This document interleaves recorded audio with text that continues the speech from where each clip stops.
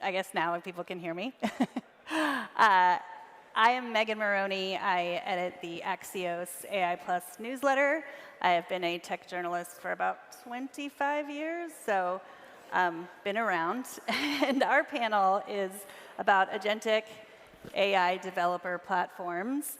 And I've been meeting for the last couple of weeks with all our panelists and trying to figure out what you as an audience want to hear versus what me as a journalist want to hear. So hopefully we have convened on me asking the questions that these very smart people are going to answer for you today.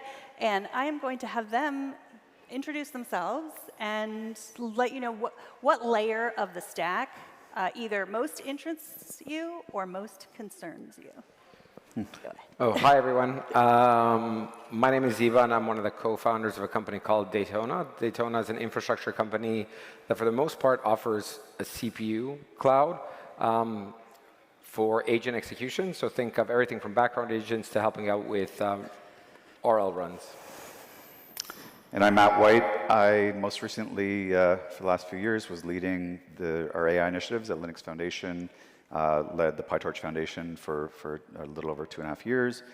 And I think the areas that I'm really interested in are the sort of non-competitive spaces where we can build unified infrastructure for agentic AI, where we're all coming together, working on common specs and standards to facilitate a strong stack that we can all build on top of. Yeah. Hi, everyone. I am Dima, co-founder of Fireworks AI. So Fireworks is also an infrastructure platform layer. So we help people to build specialized intelligence, basically help developers and businesses to build with open models and run inference for that and do a lot of RL and fine-tuning. On top of that, in previous life, I was working on PyTorch for 5 years. I was one of the core maintainers and had the pleasure to work with Matt and PyTorch Foundation before Fireworks. And yeah, I guess the layer which I'm most excited about is kind of model customization and how to enable everyone to specialize their AI for their businesses or their needs or their product. I'm Mazen Gilbert. I run the Agentic AI Foundation at Linux. So we are a nonprofit foundation that started 6 months ago with MCP. Most of you probably are using MCP. And the goal of the foundation is to drive open source and open standard adoption in the agentic AI space. My interest is it's really hard. The whole stack is absolutely fascinating from the hardware to the applications. But I'm a big proponent for openness and how openness drive innovation. So I want to start with openness. There's been two big stories that have been driving the news cycles. One being the open weight versus closed. There's been people lining up on either side, mostly one side and the other side being Anthropic. But it's complicated.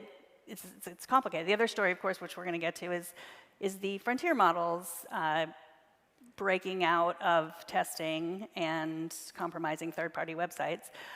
So I'd love to start with the open debate, which admittedly we don't really have anyone on the closed side here. So I might play devil's advocate, but I think the open weight argument often comes down to safety versus openness. We can't be safe if we're open. So let's start with you, Matt. What do you think when someone says, well, open weight models are inherently dangerous?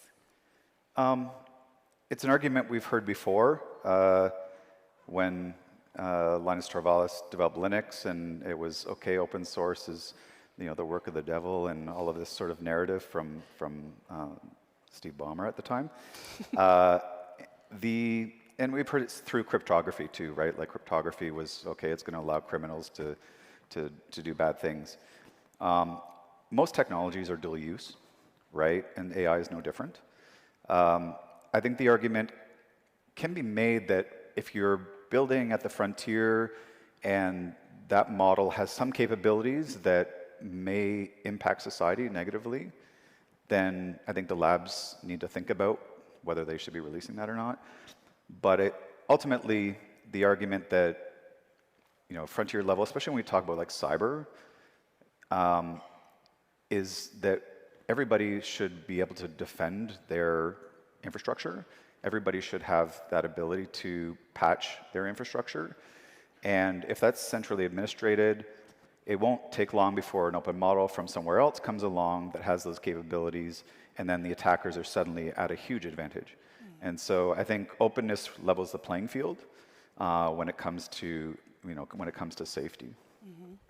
Mazen, we were talking back in the green room about how your foundation really covers both sides. And so talk a little bit about how you see the future in the open versus closed. Yeah, so number one, we have members in the foundation who are building both open and closed, from the Anthropic OpenAI of the world to the others. So number one, whether it's open or closed, there is an accountability on every company who's building a model on ensuring they've run the benchmarks, the tests, and ensuring those models are safe basically to use. And they have to be transparent on these tests, what tests were run, and how safe these models for others basically to use. And that transparency is not completely there today. And that's an area that we need to drive more as an ecosystem and standardize so it becomes a practice for every model provider. But generally, just like with every open, and this is no different, whether we're talking about models or code, when something is open, it means everybody has access to it. Everybody have access to try it, to test it, to change it, to improve it. And very different than closed, where only a handful of people behind closed doors who are actually only have access to that. And what you have access to is just an API. So generally, we've seen open to be safer because it's open to everybody. There are enough contributors to looking at that. This is how Unix is. Unix is open. This is how Kubernetes is. Kubernetes is open. PyTorch, which Matt was part of that, PyTorch is open. So if you look at a lot of the major revolutions that's happened in the history, it's all been because it was open. Is it as simple as, OpenAI and Anthropic, they're going to IPO, they need money, so let's keep our secrets? Is it that simple?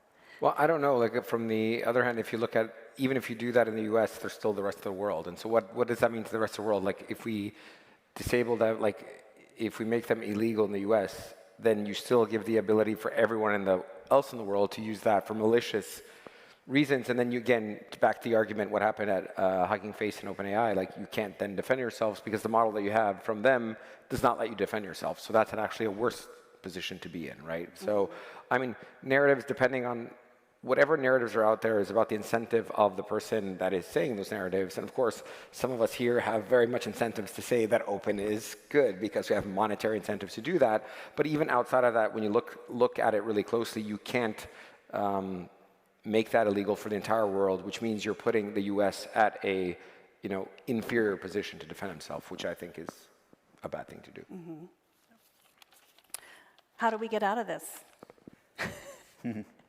I don't think we get out of it. I think that this is just an ongoing, everything right now is polarized, everything's politicized, everyone has two views of that. And so that will continue to be the case. But I very much want to think that the closed source will continue, the frontier will continue, but open source will be there, and it will enable people to do a lot of things, both to what you said, like dual use. Like, you can't stop it from being good and bad. It is what it is. And so we as a society now will have to, or as enterprises, will have to protect ourselves from within. So you have to protect yourselves internally so that your models don't do something bad, malicious, internally or go externally, and you will have to defend yourselves from outward, from other malicious actors. The analogy I have is, like, if you were a bank 3 years ago, or 5 years ago, right, you still had to protect yourself from employees internally to stop doing malicious things, and from people actually externally stealing money from the bank. Like, that is what every enterprise will have to do in the sense of models from a security perspective. I might add something that, like, I'm very pro-open, but that doesn't mean I'm anti-closed. Yeah. And I think both solutions have a place to play in the market. Let consumers decide what they prefer to use, but that competition helps keep prices in check. Like I don't want to spend $300 per million output tokens, right? The open models help drive down the cost of the the primary two closed labs, right? And so, and obviously, to your point, is that there's a lot of benefits to using these open models. They don't have, they won't refuse to do certain tasks, right? And obviously, by consequence, maybe that means they can do things that may not be ideal, right? But it's incumbent upon anyone that's hosting these models to put in their own guardrails to ensure that there is, not necessarily the host, like inference providers, but moreover, if you're providing this service to your enterprise customers or to your downstream consumers, to have your own guardrails in place, right? Like it's not that everything has to be baked into the parameters of the model. You have a lot of great tools like classifiers and ACLs and things that you can stitch into your network. You can improve your harness and other areas of this. So I think at the end of the day, consumers will decide what they want. I don't think the narrative that closed open models are inherently unsafe is consistent with popular belief, but it helps for certain interests, right? Well, Dima, talk a little bit about the guardrails. I mean, is that part of what you do? Yeah, I mean, I think for guardrails, it's like it's much more important to focus on like applications than on core technology. And I mean, specifically for cybersecurity, I think it's really, really like it's dual use, and it's also really hard to define like what the right guardrails are, right? We actually been running like closed source, open source models on like various cybersecurity benchmarks, and it's funny because like current open source models do much better than the Frontier because Frontier just refuses to run the benchmark, even if benchmark is explicitly prompted like, hey, I am patching my code base, I want to find gaps, etc. It kind of echoes the experience of this Hugging Face OpenAI stuff. So I think it's specifically for cybersecurity, it's so hard to find the exact decision boundary at the general model API level. I think it's more important to kind of move these regulations, etc. on like there are other bottlenecks for like potentially dangerous products, especially if you're going more into physical world where you can enforce security and enforce better guardrails. I think for cybersecurity, it's just historically been very hard because attack and defense look so similar, and that's why the best way to secure the environment, what we learned from previous cryptography regulations, right, like or Linux or whatever, is that the best way is to actually enable wider community to be able to defend themselves, and that's the best way to prevent attackers, not try to constrain the technology itself. I think for other potentially dangerous domains, there are more kind of physical world bottlenecks where it's maybe more practical. Can I ask a question on this? Yeah. I'm just curious. I don't want to put you on spot. I'm just curious on the liability segment where, like, I assume the closed source, you can't do a lot of things because I assume they are legally or potentially can be liable if it does something wrong, right? And so if I post-train my own model and then I run it, like, I would be liable if I run it myself. But if you guys run it, do you guys end up being, like, do you guys worry about that at all? Like putting in guardrails on top of that? Or is it the liability of the person that created the model? I think fundamentally it's like who are you using as a final application? Like that's going to be reliable. I mean, to take in your analogy, right? Like if you're AWS and you run, run malicious code, if it's some large-scale operation, they're going to cooperate with the government and regulations, etc. Of course, they're going to shut it down, etc. But AWS is not going to audit every single Docker container you upload, whether it has malicious code or not. And I think that's the reasonable practice for like infrastructure providers, right? You can't put this kind of job of regulation without attaching to the application, in some sense. Well, Matt, you said you are pro-open but not anti-closed. And isn't that sort of what Dario from Anthropic said this week, that he's pro-closed but not anti-open? Like, not the same thing, but the opposite, the corollary. So I'm just wondering, is this the biggest, are journalists like me just blowing this up, or in the industry, is this something you're actually afraid of happening? I think the narrative has changed, right? 2 weeks ago, it was closed is inherently insecure, and now we're at the frontier, and the frontier is insecure, right? And so by consequence, anything that's open would also be insecure, anything that's closed is insecure, but at least closed, we can be good stewards and protect the world, right? The narrative has just changed, but ultimately the underlying message is still there, which is that open is inherently insecure. And again, it's a very old message. There's just no basis to it, right? I think the only consideration, and I think a lot of researchers are thinking about this, which is that if they hit some frontier level capability that could put the world in jeopardy or infrastructure into jeopardy, these sort of things, that there has to be special consideration. And I think this is what a lot of folks are starting to talk about now. Demis sort of proposed around having some group to make a decision about whether something is frontier level and whether it should be gate kept, right? Which I don't know if that is how thick that regulation becomes, but certainly it's incumbent upon all the labs to be good stewards and make decisions about what they feel like they should release. But I will promise you, the safety testing that happens in the US is pretty rigorous. It takes quite some time, and it delays model launches, but it's fairly rigorous. In China, they don't have that same rigor, right? The models are shipped post-training, like it's being ready to ship. And so get that question around competition and these sort of things at sort of sacrificing safety for that, right? And I don't know that every country is going to align across this idea of being good shepherds or good stewards of model releases. Just to add to Matt, but whether it's open or closed, what we've experienced in the past month with all the vulnerabilities has nothing to do with the model.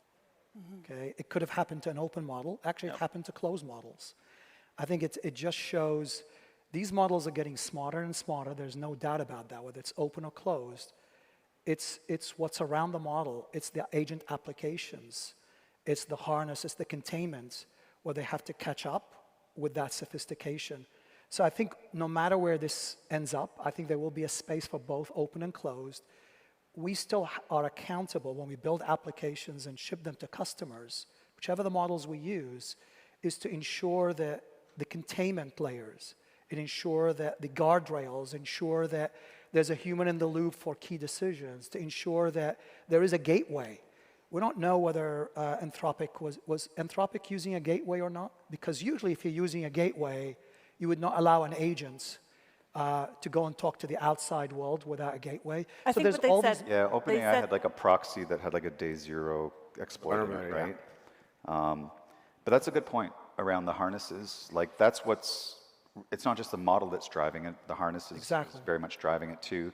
I have a theory that some of the new models are being trained on traces that are intentionally looking for ways to exploit systems to give them that capability. And so also, it's just not an emergent property, it's actually part of the RL process. Sure, but one thing to add on that, which is interesting that didn't happen, which you would assume that you can use that same agent or harness or agent model or the harness together to try to see if there's a zero-day exploit before you give it the task that can use the zero-day exploit, right? You could do that as well and sort of find that out. Yeah. And to your point about harnesses and monitoring, you can ask similarly capable model of to give it a task of monitoring the traces and see what's going on. Yeah. It's perfectly observable, right? We just good best practices how to build secure systems. Agree. I think 2-3 weeks from now, we're not going to be having this conversation about open versus closed weights. I think we're going to be talking about harnesses. It's just this field is moving so fast. It's just there's a new thing every day. Yeah. And I think one thing you said about the human in the loop, I want to challenge that, because in both the OpenAI Hugging Face and the Anthropic models having accidentally been given internet access, those were both human errors, right? It wasn't it wasn't the fault of the agent, it was the fault of the humans. And we hear all the time that agents are getting smarter, they're getting smarter than us. Are we seeing a world, we want to bring out harnesses, but will agents be holding the harness next year when we're at this conference? Who wants to take this one? Well, I could add to to give some like credit to Don, the model was running against exploit gym, right? To try and test cyber capabilities, right? And it found a day zero bug, and the proxy was its only ability to reach the internet. But that's the harness is running it. It's trying to do exploits. That's very intentional about what the model's intent is at that point. But that's not the answer to the question. But I just wanted to add some color. I mean, I think even if harness will be like more automated, I mean, you still have like initial design and initial kind of meta task loop, whatever you call it, design. I think the responsibility of doing this responsibly still lays on application or human or etc. And this is like not something new. I mean, like models are really good at reward hiking, right? Yes. I mean, we were doing like PyTorch, GPU mode, all those like competitions for writing kernels in CUDA using models, and like it's incredible like what kind of ways they find how to cheat against that harness until you close all possible depths. It's just amazing because you just burn compute, you burn intelligence to find the answer, and whatever way leads to that is there. But it is possible to close all the gaps, and you can use the superior intelligence. You can use models to close those gaps. So I think it's, in my mind, it's not that different than like open internet cybersecurity discussions from before. The difference is just scale and speed of iteration. Like suddenly went 10x or 100x faster because there is no human in the loop in many cases, but it's still possible and doable. Like similarly, how we figured out processes for patching vulnerabilities and rolling out, etc. Like those processes need to upgrade. A lot of this can be improved. We have very good models to help us with that, but fundamentally, like it still can be a balanced and functioning ecosystem. Yeah, so basically it's going to be a good year for the security companies because we just have to invest more, again, to your point, like about scale and speed of these attacks, and just on the defense side, we have to equalize that, and then we should get to an equilibrium with that. Did you have something you wanted to add? I mean, listen, we build agent systems. They're incentivized to solve a problem. We tell it to solve a problem.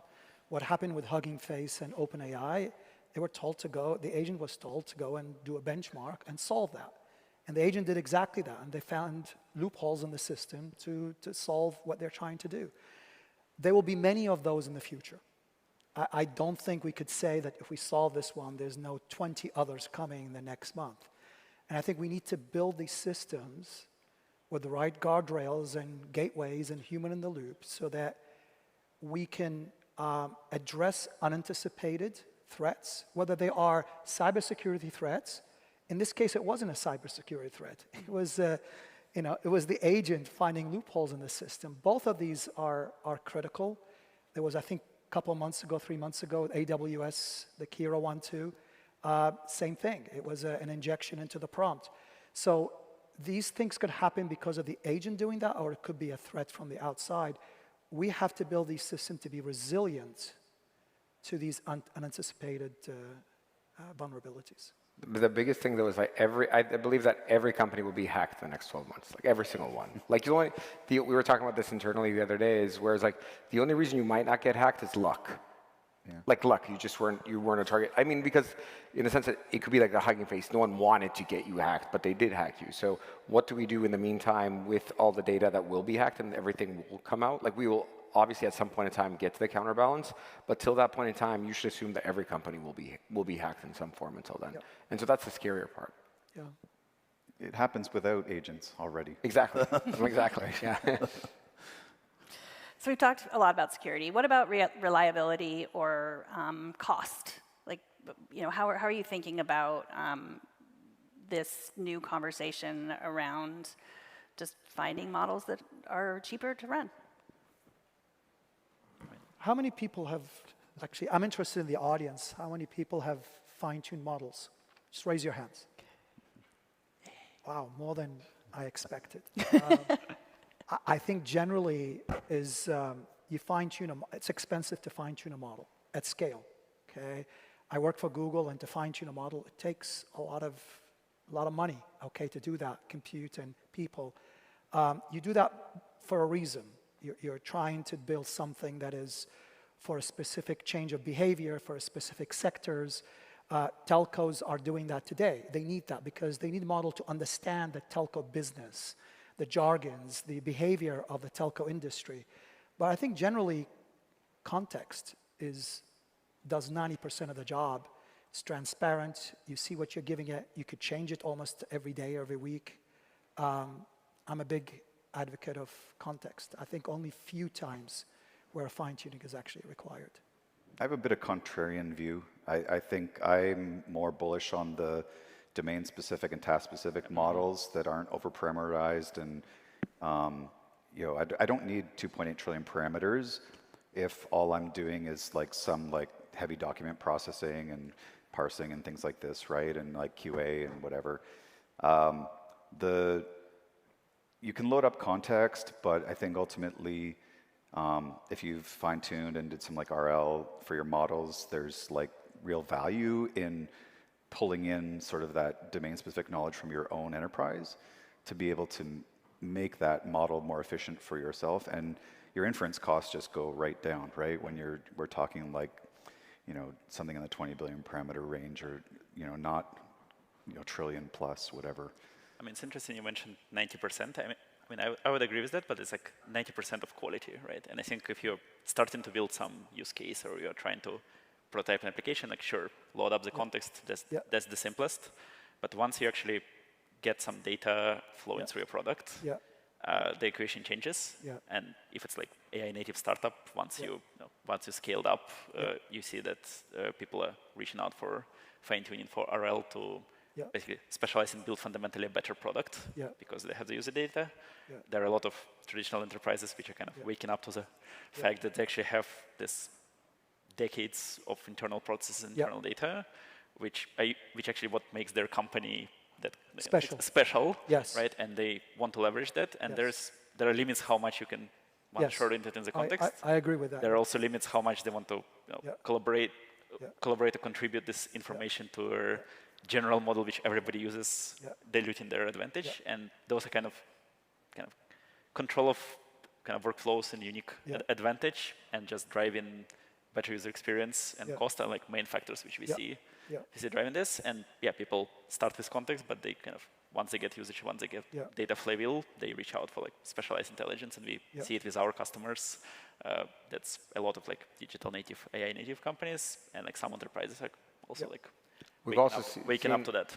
We also see on that in the sense of continual learning, where people are like, not only the historical data, but like every single day or week, whatever, you take all the new data from the usage, and you essentially, the argument of some of our customers, which are these startups, is that you'll get better than frontier performance on what you're trying to achieve. Exactly. Because it's like for vertically specialized type of. But also it's important to keep in mind, like frontier labs are doing the same thing, right? Like there's a reason why Cloud Code or Codex exists, right? It's effectively a data collection engine to make the models better. They are totally fine-tuning models for the best usage with their products. So if we want to kind of have level playing field for everyone, it makes sense to kind of enable every business to be able to do that. It might not be something which you reach out immediately for. I mean, of course, if you're prototyping, do something simple. But this is the core advantage, I think, for any product and any business. So I would bet that big part of future use cases, especially at scale, will be customized, specialized customized intelligence, both primarily from quality side, and as a nice benefit, also much lower cost, because you don't need the whole fable size model in order to solve some more narrow use case. And I think we get caught up in this idea that the world is just like, it's the model that's giving all the mileage, right? Like, and then, okay, the harness, like, self-improving harnesses, and it's really cool, but there's a lot of other things that you put into an organization and an enterprise, right? Like, I mean, many enterprises aren't even using prompt caching. Like, they're just throwing money into the bucket because they don't have like the proper architectures deployed. And so there's a lot of opportunity for like model routing and prompt caching and other things that can help tune the overall machine, right? And you've got to move away from like the model thinking to like systems thinking, right? Like real like systems design. I'd love to end, I think the world works mostly by fear, so I'd love to end with the question, what keeps you up at night? Start with you, Mazen. In terms of agentic development in the future. I think the unknown. There's a lot of, we're still very early in this game, and I think there's a lot that we don't know about.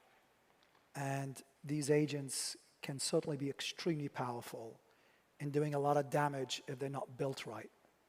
And so what's around the model, not the model, keeps me up at night all the time. I mean, I guess we talked about open and close, right? I mean, that's a kind of an example how rapidly changing technology can lead to like societal policy changes, which may or may not be well thought through.